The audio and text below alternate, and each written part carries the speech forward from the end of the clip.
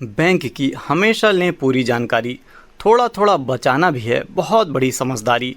नमस्कार साथियों, अभी आप सुन रहे हैं रेडियो धूम 89.6 और मैं हूं आपका दोस्त आरजे राघव। स्वागत करता हूं आप सभी का program guest of the day में। साथियों, बैंक के बारे में हर कोई जानता है कि यहां पैसे जमा किए जाते हैं और यहीं से पैसे निकाले भी जाते हैं। बैंक कई प्रकार की सुविधाएं भी देते हैं। वो सुविधाएं कौन कौन सी हैं, कैसे हम उसका लाभ उठा सकते हैं, ऐसी ही बहुत सी जानकारियां आज के इस program guest of the day में हम जानेंगे, क्योंकि आज के हमारे गेस्ट हैं श्री नितेश शर्मा जी। आप एक प्राइवेट बैंक में मैनेजर हैं। तो शर्मा जी, आपका बहुत बहुत स्वागत है हमारे इस program guest of the day में। धन्यवाद राघव जी। सबसे पहले मैं शुक्रिया अदा करना चाहूँगा हमारे श्रोताओं का और हमारी धूम 89.6 की टीम का, जिन्होंने मुझे सादर आमंत्रित किया, और साथ ही मैं शुभकामनाएं देना चाहूँगा दीपावली और अभी चल रहे त्योहारों की हमारे श्रोताओं को और धूम की टीम को। चलिए सर, बहुत बढ़िया, आपने शुभकामनाएं दी और हम भी आपको शुभकामनाएं देते हैं। प्रोग्राम में सर हम आगे बढ़ते हैं और आज के प्रोग्राम में हम जानेंगे बैंक के बारे में, बैंकिंग के बारे में और बहुत सारी जानकारियां जो बैंक से जुड़ी हुई हैं और कौन कौन से अधिकार हैं ग्राहकों के। मगर सबसे पहले जानना चाहते हैं आपके बारे में कि आप कब से बैंक से जुड़े हुए हैं, रायगढ़ में कब से हैं? राघव जी, मैं 2007 से अपनी बैंकिंग की यात्रा की शुरुआत किया हूँ जी। और 2007 में मैंने, अगर ये गलत नहीं होगा कहना, कि मैंने रायगढ़ में प्राइवेट बैंकिंग को इंट्रोड्यूस किया है। क्या बात। और एक समय था 2007 जनवरी का, जब मुझे मौका मिला था एक बैंक से जुड़ने का, और उस समय रायगढ़ में किसी भी प्राइवेट बैंक की कोई शाखा नहीं हुआ करती थी। तो मेरा सौभाग्य है कि मैं रायगढ़ में ही पैदा हुआ हूँ, पला बढ़ा हूँ और यहाँ से मैंने शिक्षा ग्रहण की है। और यहीं से शिक्षा ग्रहण करने के बाद में यहीं के लोगों की मैं बैंकिंग के रूप में सेवा देने के लिए आज यहाँ कार्यरत हूँ। चलिए, बहुत बढ़िया। और सर, जैसे सरकारी बैंक होते हैं, प्राइवेट बैंक होते हैं, बहुत सारी सुविधाओं में अंतर लोग ऐसा कहते हैं, तो बेसिक क्या अंतर होता है, हम आपसे जानना चाहेंगे। इसमें बैंकिंग की सेवाएं जो होती हैं वो सभी सेवाएं समान रूप से होती हैं। सभी सेवाओं में समानता होती है। सेवा किसी प्रकार की कोई अलग नहीं होती है। बस सेवा का स्तर अगर मैं कहूँ आपको राघव जी, तो वो एक थोड़ा सा एक लेगेसी क्रिएट करता है। सेवा का स्तर जो होता है वो सरकारी बैंक में चूंकि पुरानी कार्यशैली है, कुछ कार्य पद्धति का है, कुछ प्रोसेस के लेके होता है, कुछ बैंकिंग के उत्पाद ऐसे होते हैं जिसके कारण से हम कस्टमर को ऐसा लगता है कि मुझे वो अपेक्षाकृत सेवा आजकल मिल नहीं पा रही। और मैं अगर ये कहूँ कि आजकल लोग आराम पसंद हो गए हैं। हालांकि आदत हम ही लोगों ने उनको डाली है घर घर जाके खाते खोलने की, और तो ये होता है। तो आमतौर पे देखा जाए तो सेवाएं सभी समान होती हैं बैंकिंग की। Banking is a service industry purely, और बैंक के ऊपर निर्भर करता है कि कौन सा बैंक किस कस्टमर को आज के डेट में किस तरीके की सर्विस प्रोवाइड कर रहा है। जो जितनी ज़्यादा सुविधा प्रदान करेगा वो बैंक उतना ज़्यादा आगे बिजनेस को ग्रो कर पाएगा। बिल्कुल सही जानकारी आपने दी। और हम ऐसा मान लें कि सेवाएं तो सबकी है, बस हमें एक नज़रिया बदलना पड़ता है कि प्राइवेट बैंक में बहुत अच्छा होता है कि सरकारी में ऐसा होता है, मगर दोनों में एक जैसा रहता है। और राघव जी, आजकल देखिए प्राइवेट बैंक और सरकारी बैंकों में ऐसा कोई फर्क रह नहीं गया है। पहले की परिस्थितियां कुछ और थी। आज के इस डिजिटल युग में अगर मैं कहूँ तो जिस तरीके से गवर्नमेंट और प्राइवेट दोनों बैंक आपस में कदम ताल करते हुए लोगों को सेवाएं दे रहे हैं, तो आजकल के बैंकों में ना एक प्रतिस्पर्धा तो अपनी जगह है व्यावसायिक, लेकिन कस्टमर को और हमारे ग्राहकों को सेवा देने की प्रतिबद्धता जो है ना वो बढ़ गई है। सो आजकल गवर्नमेंट और प्राइवेट बैंकिंग में बहुत ज़्यादा फर्क रह नहीं गया है। बहुत बढ़िया आपने जानकारी दी शर्मा जी। हम आपसे और भी बहुत कुछ जानेंगे।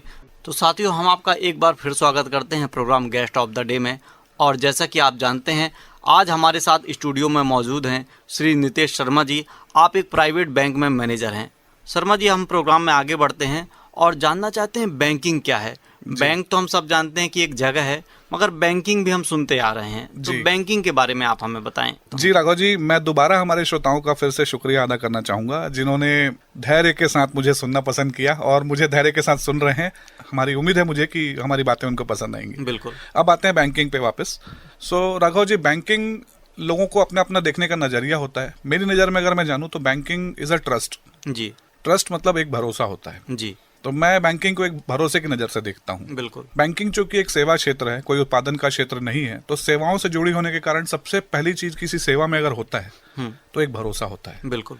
सो भरोसा मैं इसलिए मानता हूँ कि कोई भी आदमी, वो अपने, चाहे वो सर्विस क्लास का हो, चाहे वो व्यापारी हो, चाहे वो किसी न किसी प्रकार से कोई ना कोई किसी न किसी रूप में कमाई किया हुआ हो, या व्यापार करता हो, इन उद्योगपति हो, अपनी कमाई बैंक में जमा करता है किसी जी। भरोसे के साथ। जिस जगह पे उसको भरोसा होगा वहीं अपने पैसे जमा करेगा। जी। तो सबसे पहला चीज होता है बैंकिंग में भरोसा। तो बैंकिंग इज अ ट्रस्ट। दूसरा होता है कि हर आदमी की आवश्यकता आविष्कार की जननी होती है। तो आवश्यकताओं को पूरा करने के लिए कई बार ऐसा होता है कि आदमी को किसी प्रकार का कभी कुछ आपका आकस्मिक लोन की जरूरत पड़ जाए, जी। तो बैंक एक मददगार के रूप में, एक सेवा प्रदाता के रूप में उसके साथ खड़ा होता है। तो आदमी अपनी जरूरतों के समय उनसे लोन भी ले सकता है। जाहिर सी बात है, लोन भी आएगा तो भरोसा पहले आएगा। जी। जहां हमारे ग्राहकों को लगेगा कि हाँ, मुझे यहाँ पे सही समय पे और सही जगह मेरी जरूरत के हिसाब से लोन मिल सकता है, तो जो भरोसा आएगा वही बैंक आदमी जाएगा। तो banking is a trust basically. भरोसा मैं कहना चाहूंगा, जिसपे आदमी भरोसा करके अपना आगे का भविष्य तय करता है। बहुत बढ़िया आपने बात कही, और कहते हैं trust is must. Trust is must, भरोसा है जरूरी। बिल्कुल। तो सर, हम सुनते हैं सेविंग अकाउंट होता है, करंट अकाउंट होता है, और भी बहुत सारे अकाउंट होते हैं। इनमें अंतर क्या है, और ग्राहक क्या समझे कि उसे कौन सा अकाउंट यूज करना चाहिए? वैसे तो बैंकिंग क्षेत्र में कई सेवाएं होती हैं राघव जी। जी। खातों के भी कई प्रकार होते हैं। कुछ अलग अलग वर्ग के लोग अलग अलग खातों का इस्तेमाल करते हैं। जनरली गृहिणियां जो होती है, हमारी हाउस वाइफ्स होती हैं, जी। आजकल काफ़ी मात्रा में देखा जाता है। मैंने खुद ऑब्जर्व किया इस चीज़ को कि उनमें बचत की गुंजाइश बढ़ गई है। तो गृहिणियां भी आगे आती हैं, तो वो बचत खाते का इस्तेमाल करती हैं। जाहिर सी बात है, उसमें पैसा जमा करेंगे तो बचत के रूप में उनको ब्याज मिलता है। जी। और करंट अकाउंट की जहां तक मैं बात करूं, तो करंट अकाउंट हमारे व्यवसायी भाइयों के लिए, हमारे उद्योगपतियों के लिए, जो भी बिजनेसमैन हैं, उनको करंट अकाउंट में लेन देन करने में सुविधा, बड़े पैसों का जमा करना, बड़े स्तर पे बड़े रकम का निकालना, और उनको बाकी आरटीजीएस एनईएफटी की सुविधाएं उनको मिलती हैं। आजकल डिजिटल है तो नेट बैंकिंग, मोबाइल बैंकिंग, काफ़ी सारे प्लेटफॉर्म उपलब्ध हैं। हम जाते होंगे होटल में या किसी जगह कुछ सामान खरीदने, तो आपने देखा होगा क्यूआर कोड से हम स्कैन करते हैं। बिल्कुल। तो वो बहुत सारी सुविधाएं करंट अकाउंट में अवेलेबल होती हैं, जिससे व्यवसायी भाइयों को अपने व्यवसाय को बढ़ाने में और सुचारू रूप से चलाने में काफ़ी मदद मिलती है। दोनों में फ़र्क अगर देखा जाए तो करंट अकाउंट और सेविंग्स अकाउंट में, करंट अकाउंट जो होता है वो व्यावसायिक पर्पज से होता है, व्यावसायिक प्रयोग के लिए होता है। बचत खाता जो होता है वो बचत के उद्देश्य से छोटी रकम जमा करने के लिए, निश्चित रकम जमा करने के लिए होता है। सर, जैसे अभी आपने बताया एनईएफटी और आरटीजीएस, ये दोनों क्या हैं? एनईएफटी और आरटीजीएस, राघव जी, मैं थोड़ा सा पीछे जाना चाहूंगा इसको बताने के लिए आपको। आपके और हमारे समय में, मैं कहूँ बचपन में, जी। हम जब बैंक जाते थे जी। तो हमने देखा था, हमारे पिताजी के साथ जब हम बैंक जाते थे तो हमारे जो बैंक के कैशियर होते थे वो रजिस्टर के पन्ने पलटते थे। जी। चेक जो हम लेके जाते थे निकालने के लिए पैसे या जमा करने की स्लिप देते थे, तो वो रजिस्टर में एंट्री करते थे और उसको खाते में जमा करके हमको पर्ची दे दिया करते थे। जी। उसके बाद आविष्कार हुआ कोर बैंकिंग का। जी। हमने कोर बैंकिंग में बदलते बैंकों को देखा है, कंप्यूटर लगने शुरू हुए बैंकों में। जी। उसके बाद में बैंक की सुविधाएं जब बढ़ी, तो जैसे जैसे सरकार ने और देश ने प्रगति की, सरकार ने अपनी अपनी लोगों की जरूरतों को ध्यान रखा, तो आरटीजीएस एनईएफटी का आविष्कार किया गया। आरबीआई की तरफ से एक प्लेटफॉर्म दिया हुआ है। आरटीजीएस का मतलब होता है रियल टाइम ग्रॉस सेटलमेंट। जी। आपको यदि किसी को अपनी कुछ राशि भेजनी है किसी आकस्मिक आवश्यकता पे या किसी भी प्रकार की जरूरत पे, तो आप आरटीजीएस का एक फॉर्म भर के, जिनको राशि भेजनी है उनका खाता नंबर, उनका नाम, उनके संबंधित बैंक, जिस बैंक में उनका खाता है, उसका एक आईएफएससी कोड दिया होता है। जी। आरबीआई ने सारे बैंकों को, सभी शाखाओं को अलग से एक आईएफएससी कोड दिया हुआ है। उस कोड के माध्यम से वो राशि जो है कुछ ही मिनटों में उस हितग्राही के खाते में स्थानांतरित हो जाती है, ट्रांसफर हो जाती है। तो ये आरटीजीएस और एनईएफटी दोनों एक ही हैं, छोटे भाई बड़े भाई की हैसियत से काम करते हैं। और दोनों की सुविधाएं यही हैं कि आप अगर किसी को पैसा भेजना चाहें तो ये तुरंत उसके खाते में पहुंच सकते हैं। चलिए, बहुत बढ़िया आपने बताया कि, और इसमें सर अंतर होता है अमाउंट का क्या? जैसे आपने कहा छोटा भाई बड़ा भाई, दोनों में कितने भी अमाउंट सेंड किए जा सकते हैं कि किसी में कम किसी में ज़्यादा? देखिए, आरटीजीएस जनरली मैं देखूं तो व्यावसायिक पर्पज से ज़्यादा यूज़ होता है। बड़े अमाउंट जैसे 2-2.5 लाख रुपए से ऊपर का यदि हमको ट्रांजैक्शन करना हो, जी, तो हम आरटीजीएस का उपयोग करते हैं। उसकी एक सर्टेन कट ऑफ टाइमिंग है, सुबह 10 से शाम को 4:30 तक वो ग्राहकों के लिए अवेलेबल है। वो चाहे तो 2 लाख से ऊपर की रकम को हम आरटीजीएस के माध्यम से भेज सकते हैं। और उसके बाद यदि मान लीजिए समय निकल चुका है और हमको पैसे भेजने हैं, तो एनईएफटी जो है वो ग्राहक अपने माध्यम से, अपने मोबाइल बैंकिंग से या नेट बैंकिंग से 24 घंटे 7 दिन कर सकता है। बहुत बढ़िया आपने बताया।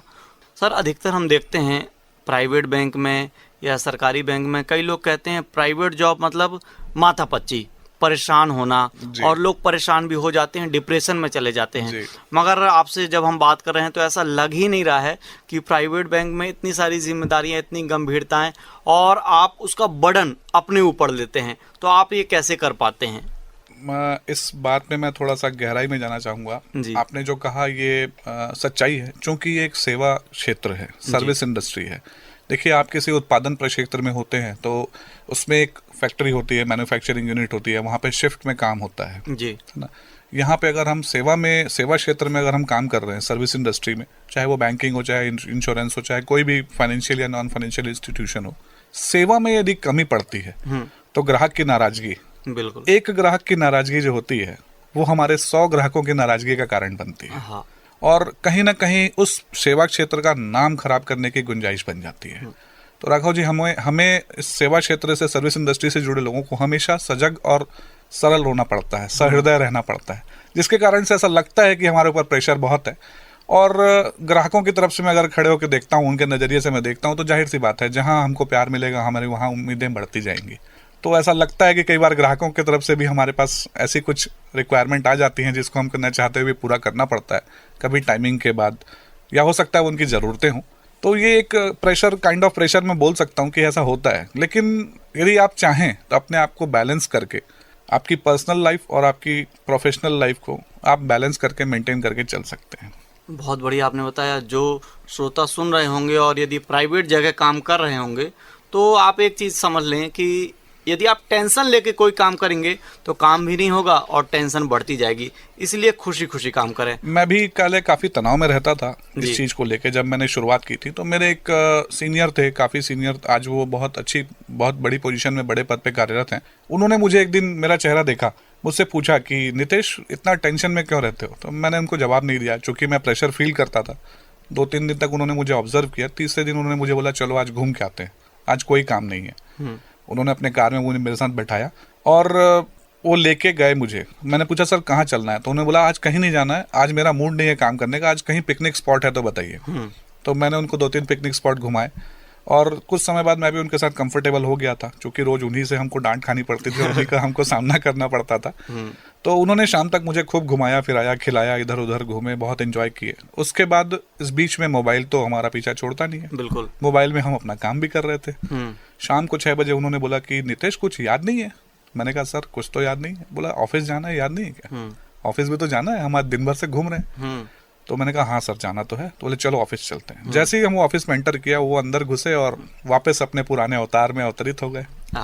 तो उस दिन मैंने जो उनको जवाब दिया, कॉन्फिडेंस के साथ में मैंने जो उनका सामना किया, तो उन्होंने मुझे रात को एक बात कही कि नितेश, कोई भी आदमी यदि किसी काम को हेडेक लेके या प्रेशर समझ के करेगा ना, तो वो कर नहीं पाएगा।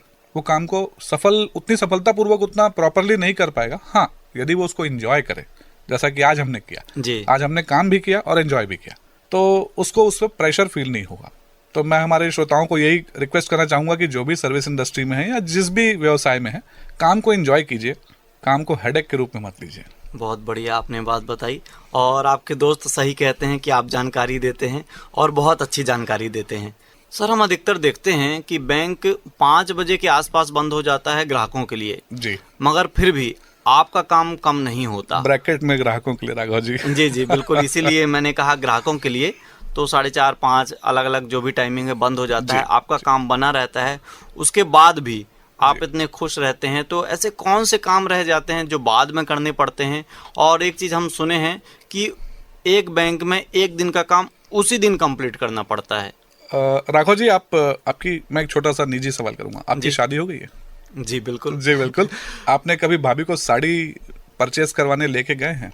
कभी आपने गए होंगे कपड़े दिलाने, या आपने देखा होगा कि जो लेडीज या कोई भी हमारे ग्राहक होते हैं वो साड़ी दुकान में जाते हैं तो साड़ी 1 या 2 लेनी होती है। जी। लेकिन वो साड़ी दुकान की आधी से ज्यादा साड़ी जो है वो खाली हो जाती है ना।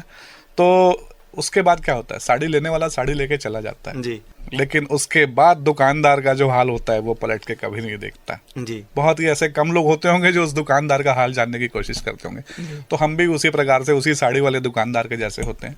हम सुबह 9 बजे से शाम को 4 बजे तक हमारे ग्राहकों को सेवाएं देते हैं और उनके बाद उसके बाद जो है उनके द्वारा दिए हुए रुपयों को हम सेट करके वापस व्यवस्थित करके हम अपने वॉलेट में रखते हैं, और हमारा काम होता है, रूटीन जॉब होता है जो कि हमको कंप्लीट करना होता है। जो आपने कहा कि सही कहा कि बैंक का काम जिस दिन का काम है उसी दिन करना पड़ता है, अन्यथा क्या होगा ना, अगर आप अगले दिन उस काम को लेके जाएंगे तो अगले दिन का काम भी तो आपको करना है। बिल्कुल।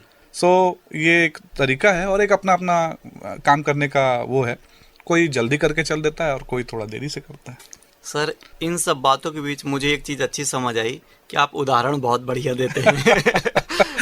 तो आपका ये जो प्रश्न था शुरू में कि श्रोता बोर तो नहीं होंगे, बिल्कुल बोर नहीं होंगे, क्योंकि आप इतने बढ़िया तरीके से बता रहे हैं कि जानकारी भी मनोरंजक लग रही है। नहीं और जी, मनोरंजन ये मेरा सौभाग्य है कि मुझे श्रोताओं से जुड़ने का अवसर मिला, और मैं चाहूंगा कि मुझे बार बार लोगों के बीच आने का मौका मिले। बिल्कुल, हम आपको बार बार बुलाएंगे भी। शर्मा जी, हम आपका एक बार फिर स्वागत करते हैं हमारे इस program guest of the day में। धन्यवाद। और आप बहुत बढ़िया तरीके से हमें जानकारी भी दे रहे हैं, अलग अलग उदाहरण से बता रहे हैं जो हमें हमारे श्रोताओं को बहुत जल्दी समझ आ रहा है। और चलिए प्रोग्राम में हम आगे बढ़ते हैं। और एक सर प्रश्न या मुद्दा बहुत समय से उठता है बैंक फ्रॉड के बारे में।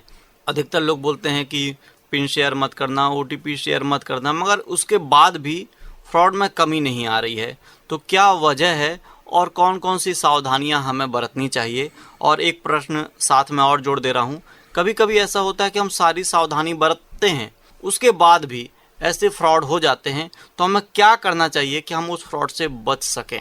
जी राघव जी, आज आमतौर पर ये देखा जा रहा है आजकल, अभी काफ़ी तेज़ी से हमारे देश में बोलूँ मैं या हमारी वित्तीय व्यवस्था में बोलूँ कि फ्रॉड की संख्या काफ़ी बढ़ गई है जी। और खास करके देखा जाए तो फ़ोन बैंकिंग से जो फ्रॉड होते हैं, फ़ोन के थ्रू लोगों को संपर्क किया जाता है, मैं बैंक मैनेजर बोल रहा हूँ, मैं उस संस्था से बोल रहा हूँ, और लोगों को, हमारे भोले भाली जो हमारे भाई बहन हैं, हमारे बंधु हैं, उनको ये किसी प्रकार का झांसा देके, लालच देके उनको ठगने की कोशिश की जाती है। जो सीधे सारे व्यक्ति होते हैं, कई बार ऐसा होता है कि उनको पता होता है कि वो गलत कॉल आया है, लेकिन फिर भी वो किसी न किसी प्रकार से उनको भरोसा दिला के उनसे ठग लेते हैं। इनफैक्ट मैंने कई उदाहरण ऐसे देखे हैं जो कि काफ़ी पढ़े लिखे लोग भी इस जालसाजी का शिकार हो जाते हैं।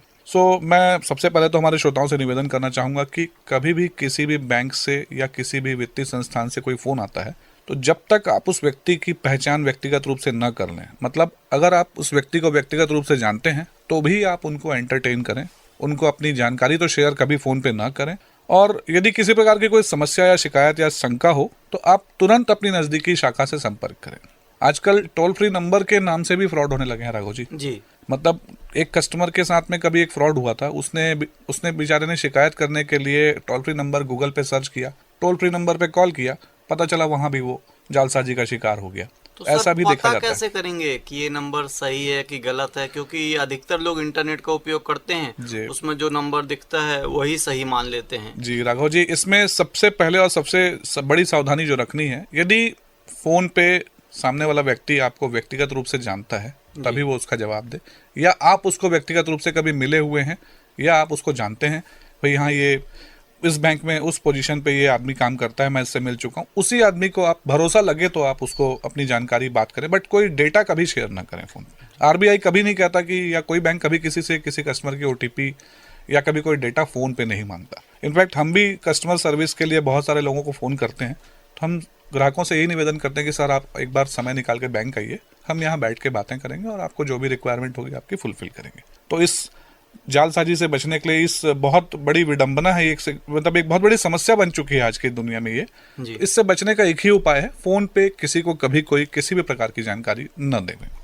ये तो बहुत बढ़िया आपने बात कही कि जानकारी न दें, मगर हमने सुना है और अधिकतर विज्ञापन में देखते हैं RBI कहता है कि यदि कोई फ्रॉड हो भी गया है तो 3 दिन के अंदर यदि हम बैंक को या RBI को बता देते हैं तो उसकी रिकवरी हो सकती है। जी राघव जी, संभव होता है, बहुत सारे केसेस में मुमकिन होता है कि जिस खाते में जालसाजी हुई है वो खाता अगर ट्रेस हो गया या किसी प्रकार से अगर वो पकड़ में आता है तो बहुत सारे खातों में रिकवरी होती है। बट RBI कहता है कि यदि आपके साथ ठगी हुई है या जालसाजी धोखाधड़ी हुई है तो आप तुरंत अपनी नज़दीकी शाखा में सबसे पहले जाके शिकायत दर्ज कराएं, विधिवत रूप से पूरी जानकारी उनको दें, क्योंकि बहुत सारे लोग क्या होता है ना, पहचान के मतलब उनको लोग क्या सोचेंगे कि डर से कुछ बताते नहीं है। बिल्कुल। तो मैं चाहूंगा कि यदि किसी प्रकार, गलती करना मानव स्वभाव है, होता है, गलतियां इंसान से होती है, इंसान गलतियों का पुतला है। जी। तो अगर गलती हो भी गई तो बिल्कुल अपनी नज़दीकी शाखा में जाएं, अपने शाखा प्रबंधक से संपर्क करें, उनको पूरी जानकारी विस्तृत रूप से दें और उनकी मदद लें।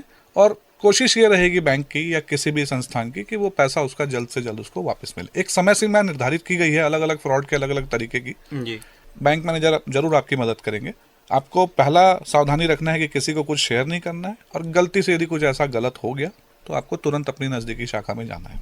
बहुत बढ़िया आपने बताया सर। एक यूपीआई बहुत समय से हम सुनते आ रहे हैं, जिसका हम उपयोग करते हैं, मोबाइल के थ्रू लोगों को पैसा ट्रांसफ़र करते हैं, और इसमें भी कुछ ना कुछ गड़बड़ हो जाती है।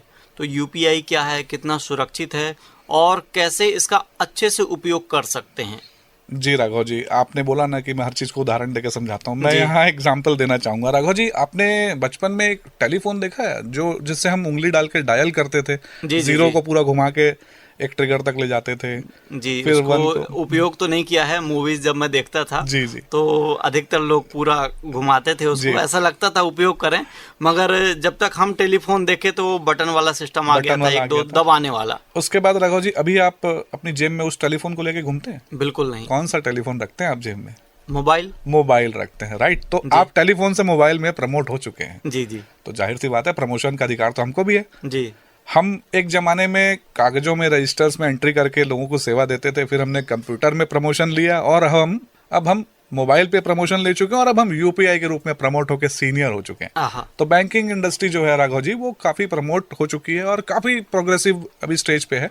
यूपीआई के मैं बोल सकता हूँ कि गर्व से मैं कह सकता हूँ कि इंडिया एक ऐसा देश है जो कि कोविड महामारी के समय भी यूपीआई को इंट्रोड्यूस करना और यूपीआई को सक्सेसफुली इंडिया में आज की डेट में संचालित करना। आज एक सब्जी वाले के पास भी यूपीआई का क्यूआर कोड होता है। बिल्कुल।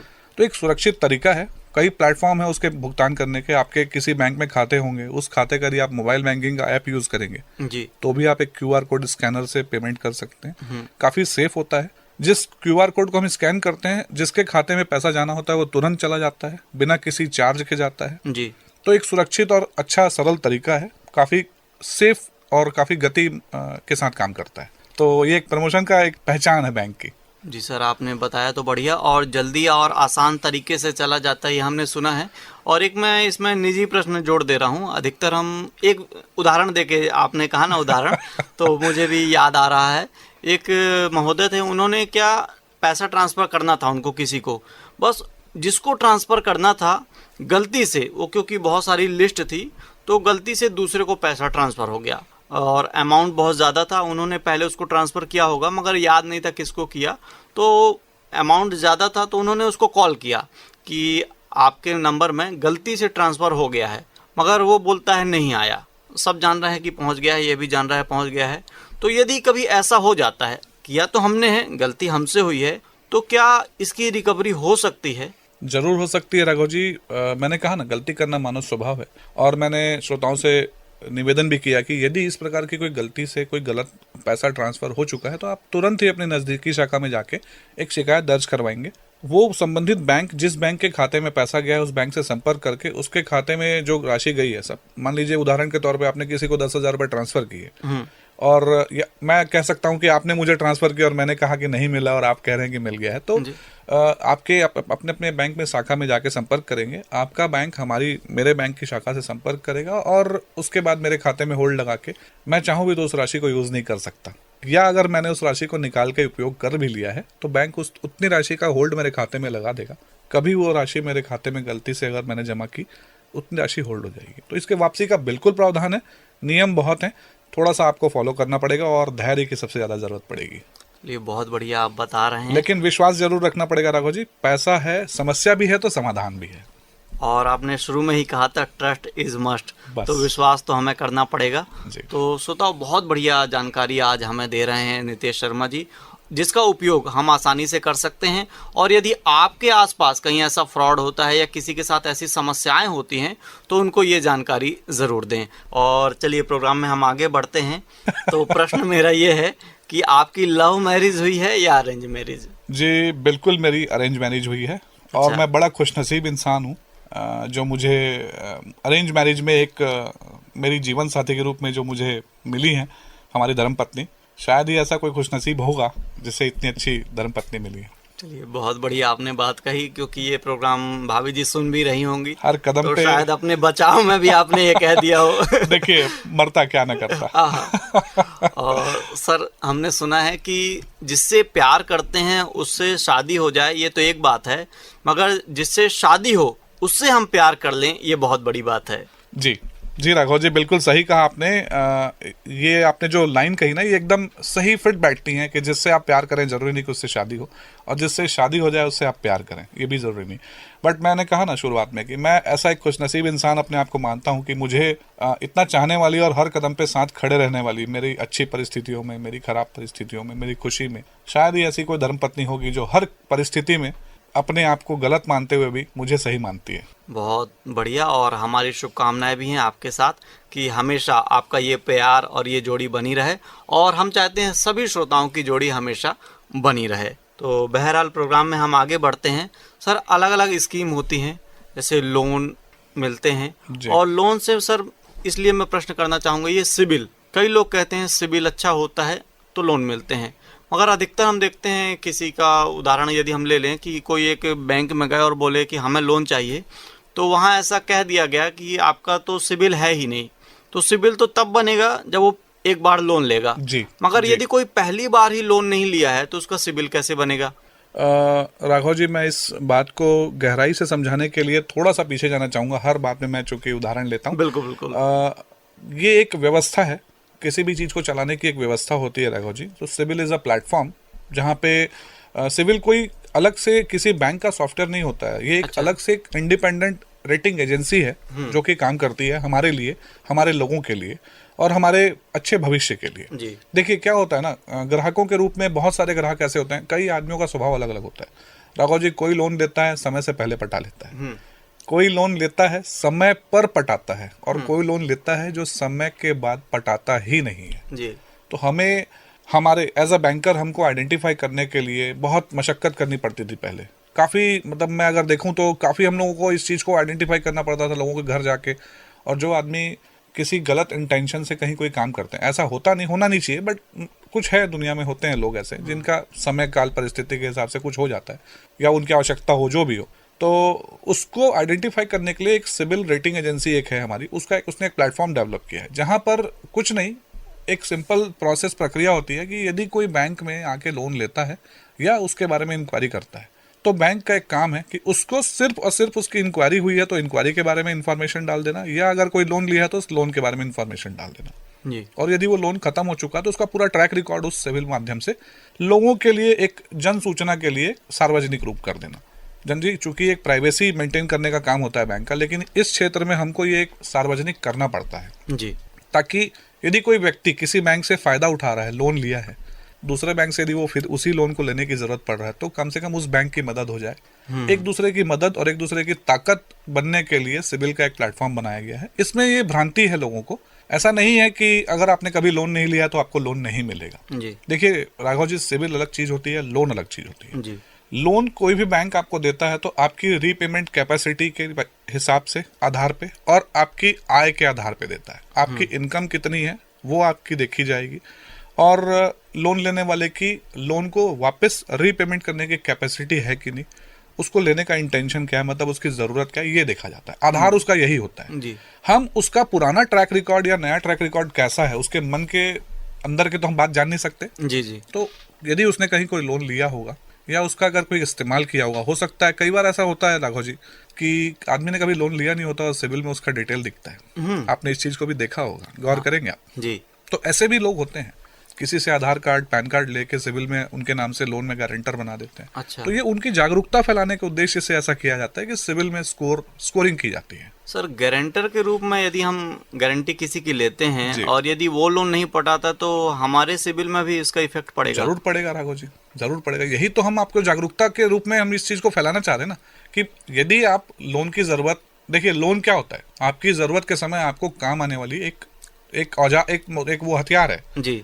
अगर उस हथियार को आप दूसरे को इस्तेमाल करने देंगे तो नुकसान तो आप ही का होगा ना। बहुत बढ़िया आपने बताया, और ये बहुत अच्छी जानकारी आपने दी। यदि हम किसी की गारंटी लेते हैं तो बहुत ही सोच समझ करके लें, क्योंकि यदि उसने लोन नहीं पटाया तो हमारा सिबिल खराब होने का भी उम्मीद है। देखिए, मैं श्रोताओं से निवेदन करना चाहूँगा, सिविल की अपनी अपनी भ्रांतियां हैं। मैं तो सिर्फ एक ही निवेदन करूँगा कि आप किसी के बहकावे में या किसी के सुनाने या बोलने से कोई धारणा न बनाएं। आपको जब भी किसी प्रकार के लोन की ज़रूरत हो, आप अपने नज़दीकी बैंक शाखा में जाएं, जहां आपका खाता है वहां जाएं, या आपको जहां सुविधा लगे उस बैंक में जाएं और जी। लोन के लिए अप्लाई करें। वहां जो शाखा प्रबंधक होते हैं, हमारे जैसे लोग होते हैं, उनके पास कोई काम नहीं होता। हाँ। वो आपके खातों के, आपके डॉक्यूमेंट्स की जांच करेंगे, आपके केवाईसी की जांच करेंगे, और आपको जरूर, मुझे ऐसा लगता है कि कोई ब्रांच मैनेजर कभी ऐसा नहीं होगा कि मुझे नहीं देना है, जरूर आपकी मदद करेगा। और देखिए राघव जी, इन सब के बीच में आज प्रतियोगिता का दौर है, कंपटीशन इतना बढ़ गया है, आप आर्टिफिशियल इंटेलिजेंस का जमाना इतना आ गया राघव जी, आप मन में सोचिए कि मुझे कार लेनी है जी। आप देखिएगा अगले दिन फेसबुक के पेज पे आपको आपके कार के डीलर के डिटेल्स आने लगेंगे। बिल्कुल, आपने ये बात आपने गौर की होगी। बिल्कुल गौर की है सो इसे। हमारे जैसे ब्रांच मैनेजर्स को भी सपना आ जाता है कि आज राघव जी को कार लेने का मन बना है, तो हम खुद आपके पास पहुंच जाएंगे। चलिए, बहुत बढ़िया आपने बताया। और सर, मैं साथ ही साथ एक दो चीज़ और पूछ ले रहा हूँ आपसे। जी। FD RD ये क्या है? हमने लोन पे बहुत बातें की राघव जी, और हमने खातों के बारे में भी बातें की थी। FD RD और ये सारी चीज़ें अपने एक बचत का एक जरिया है राघव जी। हम अपनी कमाई खर्च के हिसाब से कमाते हैं। कोई भी आदमी, किसी की सैलरी होती है, किसी की बिजनेस इनकम होती है। तो मैं चाहता हूं, मतलब मेरा मानना ऐसा है कि हर आदमी को बचत करने का एक होना चाहिए, अंदर में एक जुनून होना चाहिए, क्योंकि उसकी की हुई छोटी छोटी बचत जो है उसके विषम परिस्थितियों में काम आती है। तो ये जो FD है, ये RD है और SIP है, ये एक बचत के माध्यम है। FD में यदि किसी व्यक्ति के पास में लाख, 2 लाख, 20,000, 50,000, एक सर्टन लमसम अमाउंट यदि है, राशि है, एक निश्चित राशि है जो उसे लगता है कि इसकी 2-3 साल जरूरत नहीं है, वो FD में डाले, निश्चित रूप से उसे अधिक ब्याज मिलेगा। और यदि किसी व्यक्ति के पास लमसम कोई एक निश्चित राशि नहीं है और वो चाहता है कि वो इकट्ठा करे, जैसे मध्यम वर्गीय, निम्न वर्गीय, उच्च वर्गीय, अलग अलग प्रकार के लोग होते हैं, अलग अलग कमाई का वो होता है, तो RD और SIP के माध्यम से हम एक छोटी छोटी सीढ़ियों पे चढ़ के एक बड़ी चट्टान पे, बड़े पहाड़ पे पहुंच सकते हैं। अच्छा। तो अगर हम 10,000, 5,000, 2,000 किसी भी रूप में महीने का जमा करेंगे, मंथली अगर इन्वेस्टमेंट करेंगे, तो जाहिर सी बात है 1-2 साल में हमारा एक अच्छा बड़ा अमाउंट खड़ा हो जाएगा। और आपने इसकी बात कही तो सर, हम बहुत सुनते आ रहे हैं म्यूचुअल फंड। जी। तो ये क्या है? म्यूचुअल फंड सही है, आपने हाँ, सुना होगा। बिल्कुल बिल्कुल सही है। उससे पहले भी आपने देखा होगा, mutual funds are subject to market risk. जी।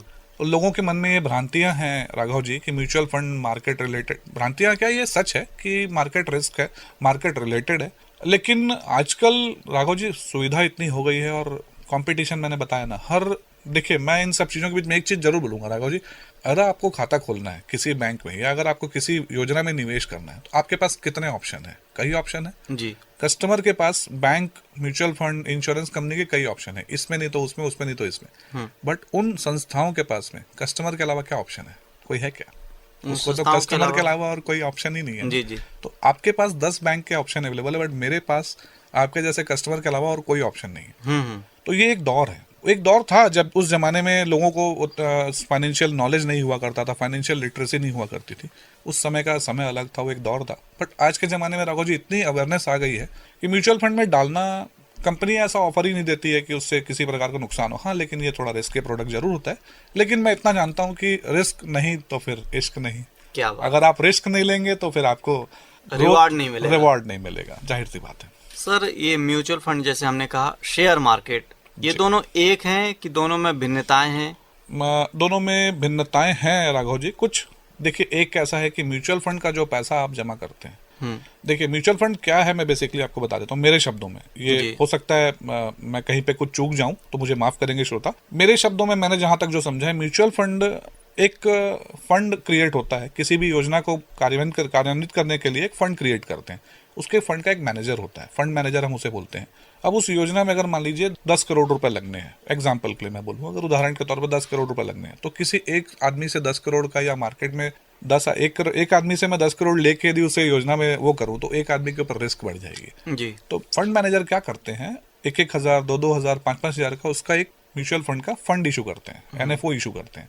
वो 10-10 रुपए, मतलब 10 रुपए के आधार बेस प्राइस पे इशू होता है, और वो कोई आदमी चाहे तो 1,000, कोई 10,000, कोई 20,000, कोई 2 लाख, वो एक फंड का कॉर्पस क्रिएट करता है। वो आप सोचिए रिस्क कितनी स्प्रेड हो गई। 10 करोड़ रुपए कितने पब्लिक के हैं, हो सकता है 1,000 लोगों, हो सकता है 5,000 लोगों। तो वो फंड आ जाता है, उस फंड को प्रॉपर वो मैनेजर जो है वो मैनेज करते हैं, उस सर्टेन प्रोविजन में उसको इन्वेस्ट करते हैं, और उसका जो रिटर्न आता है, उस रिटर्न को वो डिविडेंड के रूप में उन सारे शेयर होल्डर्स को बांटते हैं। तो है ये मार्केट लिंक, लेकिन आपके और मार्केट के बीच में जो कड़ी होती है फंड मैनेजर, वो बहुत बड़ी कड़ी होती है। तो हम इसको ऐसा मान लें कि एक पैसा एक साथ लगाएंगे तो उसमें हो सकता है रिवार्ड मिल जाए कि बहुत ज़्यादा हो जाए, मगर यदि नुकसान होगा तो वो पूरा नुकसान होगा तो जी। उसे टुकड़ों में बांट दिया जाता है। यदि कोई एक पक्ष नुकसान हुआ, दूसरा पक्ष हावी हुआ, तो उसको बैलेंस कर सकते हैं। वो पैसा आपका दिया हुआ जो पैसा है वो 5 जगह इन्वेस्ट होगा, तो जरूरी नहीं है कि 5 कंपनियां फेल हो जाए। बिल्कुल हो सकता है 5 फायदे में है तो आपको रिवार्ड ही रिवार्ड है, रोज दिवाली है, यही है। श्रोताओं, हम आपका एक बार फिर स्वागत करते हैं program guest of the day में। और आज हमारे बीच मौजूद हैं बैंक मैनेजर नितेश शर्मा जी। आप हमें बहुत बढ़िया बढ़िया जानकारी दे रहे हैं। शर्मा जी, बैंक में अधिकतर लोग करियर बनाना चाहते हैं और बहुत सारे स्टूडेंट्स इस प्रोग्राम को सुनते हैं जी। तो यदि उन्हें बैंक में करियर बनाना है तो वो क्या करें? और साथ में एक चीज़ और जोड़ते जाऊंगा कि अधिकतर क्या रहता है, जैसे बोर हो जाते हैं लोग, परेशान हो जाते हैं, तो कई लोग बैंक में जॉब करते हैं, तो उन्हें आप क्या संदेश देना चाहेंगे? जी राघव जी, आपने बहुत अच्छा क्वेश्चन किया है। चूंकि आजकल की युवा पीढ़ी, आजकल के युवा वर्ग बैंकिंग के प्रति रुझान दिखाते तो हैं जी। और आपने जैसा आपने बीच में अपनी बातचीत के दौरान आपका प्रेशर बहुत फील करते हैं जी। वो प्रेशर एक्चुअली नए नए लोगों का आना और नए लोगों का काम नहीं सीख पाना और काम नहीं कर पाने के कारण भी एक काइंड ऑफ प्रेशर क्रिएट होता है। सो मैं एक छोटी सी कहानी इस बारे में बोलना चाहूँगा जी। मुझे लगता है कि हमारे श्रोताओं को अच्छी लगेगी और इससे युवा पीढ़ी को एक छोटी सी हो सकता है शिक्षा मिले या हो सकता है उनको एक प्रेरणा मिले किसी चीज की। बिल्कुल। राघव जी, 2 दोस्त हुआ करते थे, एक का नाम था विजय और एक का नाम था अशोक। ये दोनों एक ही कॉलेज से पास आउट हुए, एक ही बेंच पे बैठ के पढ़ते थे और दोनों में काफी दोस्ती थी, काफी अच्छी मित्रता थी, काफी समानता थी इन दोनों में। और ये दोनों कॉलेज में अच्छे नंबरों से पास हुए, नंबर भी इनके आसपास थे और दोनों एक कंपनी में एक दिन इंटरव्यू चल रहा था, वहां घूमते हुए इंटरव्यू देने चले गए। लकीली देखिए दोनों का सिलेक्शन हो गया, एक ही कार्यालय में एक ही पोस्ट पे दोनों भाई आपस में साथ में काम करने लगे जी। समय बीतता गया, काफी समय निकल गया, 2 साल 3 साल। इस बीच में अशोक का प्रमोशन हो गया। तो दूसरे वाले जो दोस्त, मैंने आपको क्या नाम बताया था? विजय का प्रमोशन हुआ नहीं। जाहिर सी बात है, दोस्त आगे बढ़ा और विजय अगर पीछे रह गया तो उसे थोड़ा सा फील हुआ। उसे फील ये होने लगा कि इसका प्रमोशन हो रहा है, मुझे हुआ नहीं, मैंने साथ में पढ़ाई की। विजय को लगा कि अशोक का प्रमोशन हो रहा है, मैंने तो साथ में काम किया, जैसा ये काम करता है वैसे ही मैं भी करता हूँ। तो प्रमोशन होता गया। तो उसने एक दिन आखिरकार थोड़ा थक हार के, निराश होकर अपने बॉस के पास जाके शिकायत की कि सर, आप अशोक को प्रमोशन दे रहे हैं और अशोक का आपकी चाटुकारिता करता है और आप उसको प्रमोशन मिलता है, मैं भी तो उतना ही काम करता हूँ, मुझे प्रमोशन क्यों नहीं मिलता? तो वहां पर एक उनके जो बॉस थे वो बैठे हुए थे। उन्होंने सोचा कि क्वेश्चन तो एक्सपेक्टेड था ही, उन्होंने सोच के रखा हुआ था, बिकॉज वो उनको ऑब्जर्व कर रहे थे, क्योंकि बॉस जो होता है वो हमेशा ऑब्जर्व कर लेता है। उन्होंने कहा तुम्हें इसका जवाब मिलेगा, लेकिन एक मेरे लिए पहले इससे एक काम करना पड़ेगा। जाओ बाजार में जाओ और आज के आम का भाव पता करके आओ। तो विजय जाता है बाजार जाता है तो एक आम वाला मिलता है। वो एक ही आम वाला उस समय बाजार में अवेलेबल होता है, चूंकि सीजन नहीं रहता आम का। पूछता है तो बोलता है कि आम 50 रुपए किलो है। उससे मोल भाव करता है, उसको 45 रुपए तक किलो के हिसाब से वो उसको रेडी कर लेता है। घूम फिर के थका हारा वापस आता है, बोलता है बॉस 50 रुपए किलो था, मैंने 45 रुपए पे रेडी कर लिया। बॉस बहुत खुश होते हैं, बोलते देखो विजय, बहुत बढ़िया कि तुमने। अभी इसी बीच में अशोक का आना होता है। बोलते हैं अशोक, ये तुम्हारे फ्रेंड है, मुझसे इन्होंने क्वेश्चन किया था और मुझे इसका आंसर देना है, तो एक काम करो, जाओ तुम बाजार जाओ और आज के बाजार में आम का भाव पता करके आओ। अशोक बाजार जाते हैं, वही आम वाला उनको मिलता है, बातचीत होती है और बातचीत करके वो वापस आते हैं। वापस आने के बाद में अपने बॉस के पास पहुंचते हैं। बॉस ने पूछा कि हाँ, आपने क्या हुआ बाजार का भाव? बोला बॉस, आम का भाव 50 रुपए किलो था, बट मैंने उसको आखिरी तक कोशिश की तो वो 45 रुपए से नीचे के लिए तैयार नहीं हुआ। लेकिन यहाँ पे एक क्वेश्चन था, मैंने ये सोचा कि 10 किलो का भाव यदि मैं उससे तय करूं, ये 50 रुपए 45 रुपए किलो की बात चल रही थी, मैंने उससे 10 किलो का सौदा कर दिया तो वो 40 में तैयार हो गया। और बॉस, इसमें एक चीज और अच्छी है कि हम इसको यदि 40 रुपए में परचेस करके 50 रुपए में बेचें बाजार में, क्योंकि वो एक ही दुकान वाला है, तो हम उसके बगल में एक दुकान लगा के और बेचें तो हम 10 रुपए का प्रॉफिट भी कमा सकते हैं। तो बॉस के सामने दोनों, अशोक और विजय दोनों खड़े थे। आई थिंक बॉस ने कहा कि विजय, तुम्हें तुम्हारा आंसर मिल गया होगा। विजय समझ नहीं पाया। तो बॉस ने कहा there are 2 type of workers, one is hard worker and second one is smart worker. So आपने जो किया वो हार्ड वर्किंग थी और अशोक ने जो किया वो स्मार्ट वर्किंग थी। वर्किंग दोनों ने की थी। सो मैं आजकल की युवा पीढ़ी को ये संदेश देना चाहूंगा कि आप हार्ड वर्किंग तो सब करते हैं, बट आप स्मार्ट वर्किंग कीजिए। स्मार्ट वर्किंग जो होती है वो आपको बहुत आगे ले जाती है। परिस्थितियों को संभालने की क्षमता, आपके धैर्य को विकसित करना, आपकी स्किल्स को डेवलप करना, ये आपकी स्मार्ट वर्किंग करती है। आप जितना ज्यादा लोगों से सीखेंगे उतनी ज्यादा स्मार्ट वर्किंग कर पाएंगे और उतने ज्यादा अपने आप को अपग्रेड कर पाएंगे। बहुत बढ़िया उदाहरण देके आपने समझाया हमें। और आप एक बैंक मैनेजर हैं, तो बहुत सारे कर्मचारी बैंक में होते हैं। कभी आपके साथ ऐसा हुआ कोई चैलेंजिंग काम आपके सामने आया और जिसे आपने स्मार्ट तरीके से उसको सही किया हो? राघव जी, इत्तेफाकन तो कई हुए हैं, ऐसे इत्तेफाक कई हुए हैं, संयोग भी हुए हैं और कुछ खराब भी ऐसा हुआ है। बहुत सारे फ्रॉड भी मैंने देखे हैं बैंकिंग इंडस्ट्री में, बस लेकिन होता रहता है। आपको आपकी परिस्थितियां जो है ना, वो आपको उस आकार में डाल देती है कि आप उस परिस्थितियों को संभालने के लिए सक्षम हो सके। सो ऐसे बहुत सारे इंसिडेंट हैं, गिनाने के लिए तो मैं नहीं गिना सकता, क्योंकि बहुत सारी चीज़ें जो नहीं बताई जानी चाहिए। चलिए, बहुत बढ़िया आपने बताया। जाते जाते रेडियो धूम के सभी श्रोताओं को आप क्या संदेश देना चाहेंगे?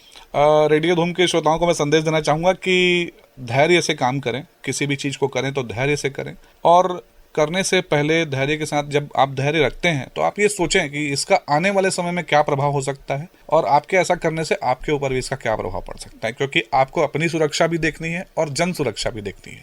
तो आपको अपना भी ख्याल रखना है और लोगों का भी ख्याल रखना है। तो किसी भी चीज़ को करने से पहले ज़रूर सोचिए, लेकिन करने से डरिए मत, पीछे मत हटिए, हौसला रखिए और आगे बढ़िए। बहुत बढ़िया आपने जानकारियाँ दी और बहुत अच्छी अच्छी बातें बताई। समय कब निकल गया हमें पता ही नहीं चला। राघव जी, मैं एक छोटा सा रिक्वेस्ट भी करूंगा। मैं जस्ट ऐसे ही पूछ रहा था, चूंकि इस इंटरेक्शन में मैंने श्रोताओं को लगा मुझे बोर हुए होंगे। जी। आप काफ़ी अच्छा एंटरटेन करते हैं, इंफोटेनमेंट के आप काफ़ी अच्छे आइकॉन बन गए हैं। मेरा एक छोटा सा क्वेश्चन आया, मैं पूछना चाहूँगा। जी राघव जी, आप सबका इंटरव्यू लेते हैं, आपका कभी किसी ने इंटरव्यू लिया है क्या? सर, मैं आपको बताना चाहूँगा कि मैं इंटरव्यू दिया हूँ, इसीलिए आज आपका इंटरव्यू ले रहा हूँ। Thank you sir. मैं चाहूँगा कभी अगर ऐसा मौका पड़े और आपको ऐसा लगे कि आपको इंटरव्यू देना है तो मुझे आप ज़रूर आमंत्रित कीजिएगा। मैं बड़ा खुशनसीब समझूंगा अगर मैं आपको समय दे पाया और आपसे समय ले पाया तो। चलिए, बिल्कुल बिल्कुल, हम ऐसा कोशिश करेंगे कि हम इसी कुर्सी में बैठें, आपकी जगह मैं रहूं और मेरी जगह आप। हॉट सीट पे, क्योंकि देखिए केबीसी के हॉट सीट पे तो जा नहीं सकते। हाँ। तो कम से कम इस हॉट सीट पे मौका मिले, ज़रूर हम इस बात की निवेदन करेंगे आपसे। खुश रहें, स्वस्थ रहें, व्यस्त रहें और मस्त रहें। चलिए, बहुत बढ़िया आपने संदेश दिया। तो साथियों, ये था आज का प्रोग्राम जिसमें हमारे गेस्ट थे श्री नितेश शर्मा जी। हम आपको बता दें कि इस प्रोग्राम में तकनीकी सहयोग रहा पवन दिव्यांशु मिश्रा का। इसका संचालन किया आपके दोस्त आरजे राघव ने और इस प्रोग्राम के प्रस्तुतकर्ता थे रमा शंकर शुक्ला। तो आज के प्रोग्राम में बस इतना ही। अब मुझे दीजिए अनुमति, मैं मिलूंगा आपसे फिर किसी प्रोग्राम में। मगर आप कहीं जाइएगा नहीं, सुनते रहिए रेडियो धूम 89.6, क्योंकि आपके मनोरंजन की जिम्मेदारी अब है हमारी। नमस्कार।